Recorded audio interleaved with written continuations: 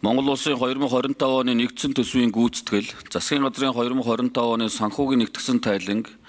хуулийн хугацаанд нэгтгэн гаргаж, төрийн аудитын төв байгууллагаар аудит хийлгэн, Монгол Улсын их хурлын 2026 оны хаврын чуулганы 6 дугаар сарын 19-ны өдрийн нэгдсэн хуралдаанаар анхны хэлэлцүүлэгт танилцуулсан билээ.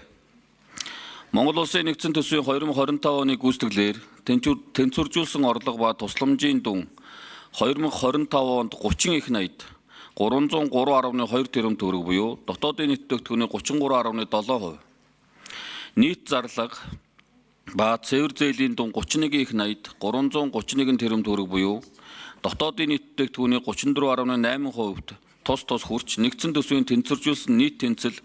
1 их найд 27.9 тэрбум төгрөгийн алдагдaltaй гарсан нь дотоодын нийт бүтээгдэхүүний 1.1%-тэй тэнцэж байна. Монгол Улсын нэгдсэн төсвийн гүйцэтгэл, засгийн газрын санхүүгийн нэгтгэсэн тайланд тус байнгын ороонд хариалагдах байгаль орчин уур амьсгалын өөрчлөлтийн сайд, хүнсүдэ аж ахуй хөнгөн үйлдвэрийн сайдын 145 байгууллага, 6 төсөл, сан, төрийн өмчийн 10 аж ахуйн нэгж, нийт 161 байгууллагын төсвийн гүйцэтгэл санхүүгийн тайланг нэгтгэн гаргасан болно. Тус байнгын орооны төсвийн ерөнхийлөн захирагчдын нийт зарлага болон цэвэр зээлийн дүн 696.9 тэрбум төгрөгт гүйцэтгэлтэй гарч, үүнээс урсгал зардал 556.8 тэрбум төгрөг, хөрөнгийн зардалт 106.5 тэрбум төгрөгийг зарцуулсан байна.